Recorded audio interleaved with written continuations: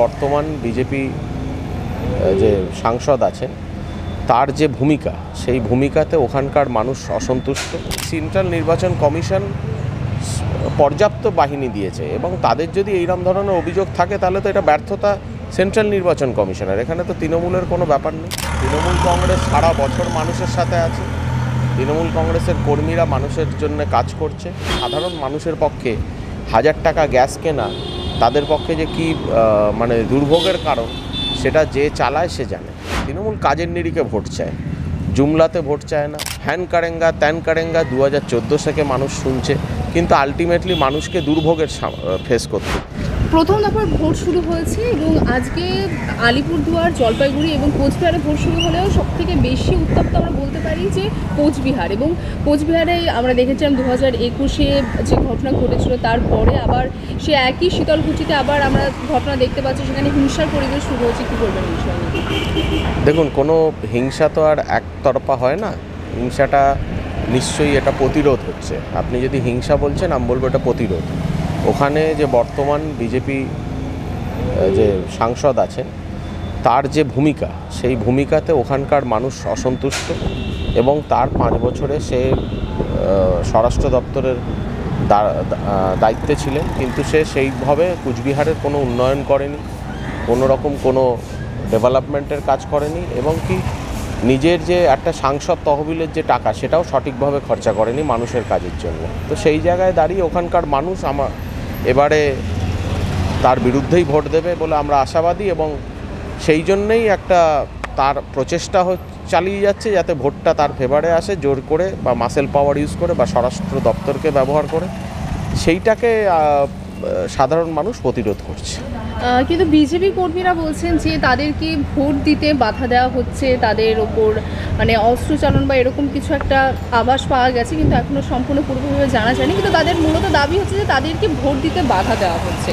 দেখুন, ইলেকশন কমিশনারের আন্ডারে, সেন্ট্রাল ইলেকশন কমিশনারের আন্ডারে এই ভোটটা হচ্ছে। তো সেই জায়গায় সেন্ট্রাল ইলেকশন কমিশনার পর্যাপ্ত বাহিনী এনেছে, যাতে বিজেপিদের একটা অবজেকশন ছিল যে তাদের নাকি ভোট আগে দেয়া হয় না, ঠিক করে করতে দেয়া হয় না। তো তাদের দ্বারায় চালিত যে বর্তমান সেন্ট্রাল নির্বাচন কমিশন, সেই সেন্ট্রাল নির্বাচন কমিশন পর্যাপ্ত বাহিনী দিয়েছে এবং তাদের যদি এইরকম ধরনের অভিযোগ থাকে তাহলে তো এটা ব্যর্থতা সেন্ট্রাল নির্বাচন কমিশনের। এখানে তো তৃণমূলের কোনো ব্যাপার নেই, এই রাজ্যের শাসক দলের কোনো ভূমিকা নেই। আচ্ছা, 2019-এ আমরা দেখেছিলাম লোকসভা ভোটে জলপাইগুড়িতে কী হয়েছিল, তো কী মনে হচ্ছে এবার 2024-এর লোকসভা ভোটে কি তৃণমূলের পতাকা উঠবে? অবশ্যই, এর তো আশাবাদী। স্বাভাবিকভাবে এটাই হওয়া উচিত, কারণ তৃণমূল কংগ্রেস সারা বছর মানুষের সাথে আছে। তৃণমূল কংগ্রেসের কর্মীরা মানুষের জন্য কাজ করছে।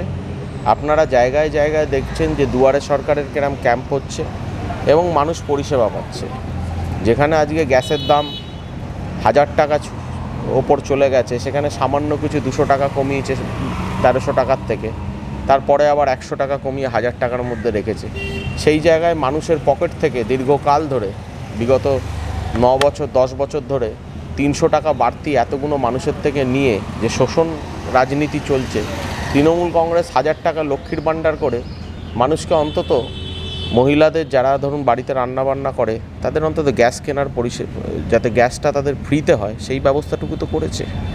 তো এইরকম একটা সংসার চালাতে যে 1000 টাকার একটা স্বাভাবিক একটা সাধারণ মানুষের পক্ষে 1000 টাকা গ্যাস কেনা তাদের পক্ষে যে কি দুর্ভোগের কারণ সেটা যে চালায় সে জানে। তা সেই জায়গায় দাঁড়িয়ে তৃণমূল কংগ্রেসের অনেক জনসংযোগ কাজ আছে, অনেক সোশ্যাল সেক্টর কাজ আছে, যেইগুলো আপনারা জানেন, লক্ষ্মীর ভাণ্ডার থেকে শুরু করে কন্যাশ্রী থেকে শুরু করে স্বাস্থ্যসাথী থেকে শুরু করে এই সমস্ত কাজ তৃণমূল কাজের নিরিখে ভোট চায়, জুমলাতে ভোট চায় না। সবসময় অন্যকে যে আমি ভালো আর অন্য কেউ, সবাই যারা বিরোধী রাজনীতি তারা সবাই খারাপ, তারা সবাই দুর্নীতিপরায়ণ, একমাত্র সততার প্রতীক হচ্ছে আমি, এরমভাবে তৃণমূল কংগ্রেস মানুষকে মিথ্যাচার করে ভোট খোয়ায় চায় না। তৃণমূল কংগ্রেস বিশ্বাস করে কাজের বেসিসে, কি আমি সারা বছর মানুষকে পরিষেবা দিচ্ছি তার বেসিসে ভোট চায়। আগামী দিনে তার কমিটমেন্ট কী রাজনীতিতে, তার কন্ট্রিবিউশন কী থাকবে সেন্ট্রাল পলিটিক্সে, সেটার ওপর দাঁড়িয়ে ভোট চায়। তো সেই জায়গায় দাঁড়িয়ে মানুষ সচেতন।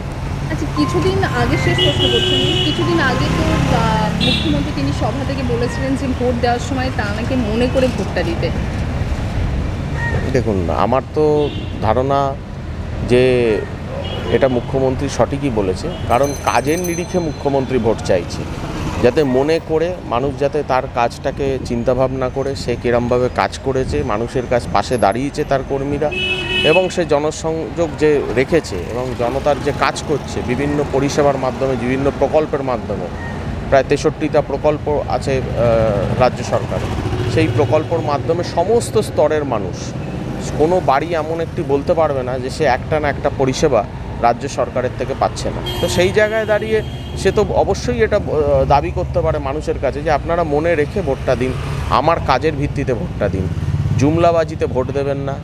হ্যান কারেঙ্গা ত্যান কারেঙ্গা 2014 থেকে মানুষ শুনছে, কিন্তু আলটিমেটলি মানুষকে দুর্ভোগের ফেস করতে হচ্ছে, মানুষের আর্থিক সংকটের মধ্যে মানুষকে পড়তে হচ্ছে। সেই জায়গায় দাঁড়িয়ে মুখ্যমন্ত্রী ঠিক তার কাজের নিরিখে ভোট চেয়েছে, একদম সঠিক করেছে।